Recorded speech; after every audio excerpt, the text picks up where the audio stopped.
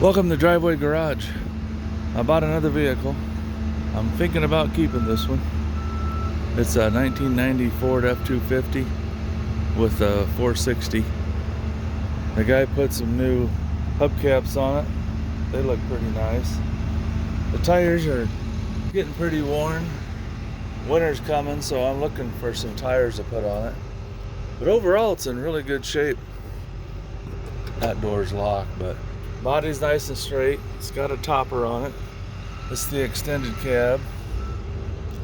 I looked underneath it, and I live in Washington State. It's pretty dry, don't get a lot of salt, so it's not all rusted out. I've got it hooked up to my trailer that I bought it so I could haul firewood. I've been using my Lexus RX 300, and it pulls this trailer all right with a half a cord in it. But I was thinking, if I buy this truck, I could take the topper off of it and throw a half a cord in the back of the pickup, and then I can haul a full cord at a time if somebody wants one. I had to turn my hitch upside down and flip the ball over because this sits up quite a bit higher. And that way, it's got a pretty level stance on the trailer. It's not perfect, but it's not bad.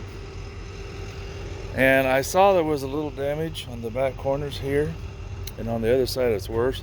So somebody has replaced the bumper, which is good because it's a nice bumper. Now something weird about this, when I went to look at it, which way does that go? There. You can see it's got a trailer wiring harness there. It's got one there. And it's got one inside. And I asked the guy why. He said he didn't know. It was his dad's, and he'd had it for about 10 years and he used to pull a trailer. I said, well, maybe they held a fifth wheel with it. So we pulled the mat back, and you can see those holes there in the floor where that brown or orangey stuff is, where they filled the holes. So I'm pretty sure they had a gooseneck or a fifth wheel in here, and that's why that electrical connection's up there. But it wouldn't take long to take the topper off if I need to. And if I was careful, I could put a half a cord of firewood back here. I just can't throw it because I don't want to break any of the windows out. But if you look at the other side, now the back end's pretty good. It's not perfect. There's a little cut here, but it's better than a lot of tailgates I've seen. But you can see the damage right there. So somebody has backed into something, bent the bumper and damaged the truck. Of course, it can be fixed, but I probably won't do it. So it's got a newer bumper, if not new. Dual tanks, of course, and they both actually work. It switches from one to the other. Fuel gauge works on both of them. These tires, there's just not a lot of tread left. It's getting down there where, right down to the wear indicator. So I'm definitely going to put some tires on it. I'm looking for some 18-inch rims that'll fit this, because I picked up 4 18-inch tires yesterday for $50 that'll fit on this truck that came off another pickup. And every few years the guy just buys new tires and he just wanted to get rid of them, so I got them for 50 bucks. While I'm out here, I'll show you the motor. Of course, it's the 460. I don't know a lot about them except that they use a lot of gas. I had one 15 years ago when I was doing construction, and it had such poor gas mileage running around town that I turned it into a dump truck. I put plywood sides on it. I just filled it full of trash, and once a week I'd go dump it. And then I bought a half ton. It got 16, 20 miles per gallon. I took these tubes off. I'm going to check out these restrictor tubes they have in here. I might cut those off. I've seen guys do it, and they like the results. I took the condenser top off and took a little sandpaper and cleaned everything up there. I was going to check the air filter, but I couldn't get 2 of the bolts out. And 2 of the bolts, there's 4 bolts that hold it in, the 4 corner bolts. The other 2 hold this to the base, or hold the base down, I guess. And the things, they come with bolts and nuts, but the nuts always come loose, and then like I had to use a pair of vice grips to get the bolt out, and a lot of times they just fall off. So 2 of these in the front didn't even have nuts on them. It was just flopping. So I decided rather than go buy some new nuts and bolts, and it's always hard to get them on, I just put zip ties on it. That holds it down tight so dirty air can't get in and around the breather, and it'll be easy to cut them off and put on some new ones when I need to change it again. I've been checking the fluids. The oil looked good. It was a fresh oil change, so it's gonna look good. And the transmission didn't look bad, didn't smell bad. It belonged to the guy's dad, and he had it for several years. His dad passed away. He finally decided to part ways with it. The brake fluid is really clean. I tinker on vehicles. I'm not a mechanic, but anything I can fix myself, I will. I stay away from engines and transmissions, but you know, if this had a bad thermostat, I can see it's right there. It'd be easy to change. Looks like somebody's updated the radiator hoses. The distributor cap's pretty new. Part of the water pump, behind it, maybe it is the water pump. At least part of it looks like it's new. So the guy told me he took a couple cans of degreaser and a pressure washer and cleaned the heck out of the motor so he could see if there's any leaks. And his wife detailed the inside of it, inside and the back, and they washed it and waxed it. So actually looks pretty good for a 32-year-old truck. And it's got power locks and windows, and they all work. The glass is in good shape.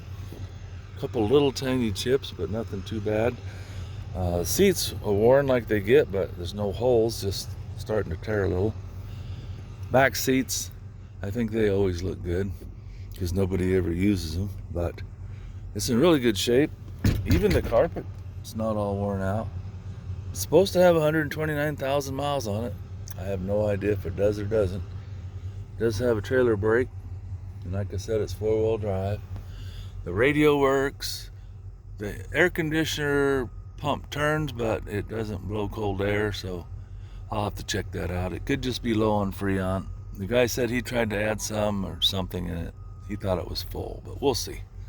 This is the XLT Lariat. I just noticed that. I didn't know before. It's on the dash over there. Let's see, unlock.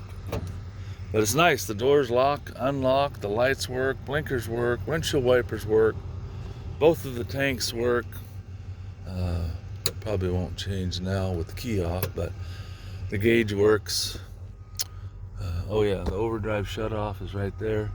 That works.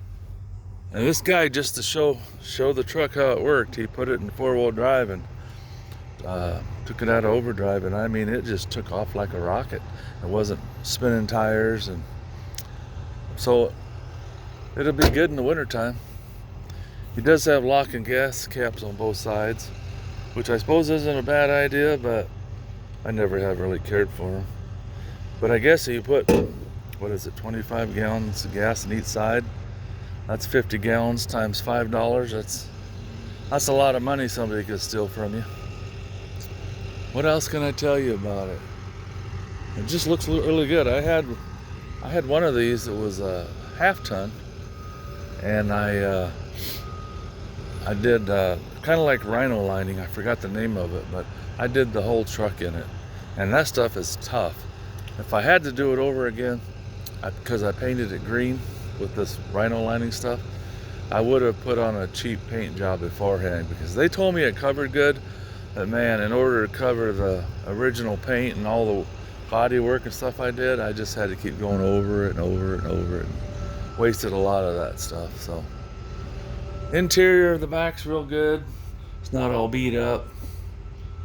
It'll get a little more beat up, I guess, if I haul firewood in it, but nice truck. If you don't mind the gas mileage, they have a lot of power. And so this one came from Nampa, Idaho, originally, I guess. At least the mud flaps did. Yeah, I'll get down here and show you underneath real quick. I used to live back east, and you won't find a truck this old back there that's not from around there. A little bit of surface rust, but all in all, the truck is in really good shape. I guess when he took it in for the oil change, he asked him to check the differentials. And nobody that worked there had their proper socket or whatever it is you use. I'm thinking it was probably like a 1/2 inch square, or I don't know. Anyway, they couldn't do it, so I'm going to do that, make sure the differentials are full. And I'll make videos on different things I do to it, because I'm going to do a few mods, not a lot. Mostly I just want something to drive in the winter and haul firewood. It's just starting to cool off, so I don't think it'll be long. My firewood will all be gone and I won't have to worry about it. And I've been hauling it with my Lexus, which works fine, but it is kind of a strain on it. Boy, they got that one good. I see there's actually a hole in the middle there. Guy could take the bumper off and pound that out, Bondo it, make it look new, but it doesn't bother me, so I won't. Well, thanks for watching. If you guys have any comments, feel free to share them. And as I do different things, I'll post videos on it. And it might give you guys some ideas or some help on what to do. I really like these new caps you put on here. The wheels are rusty underneath, but it looks good on the outside. Makes them look like new. Well, the hubcaps are new, I guess. Thanks again for watching.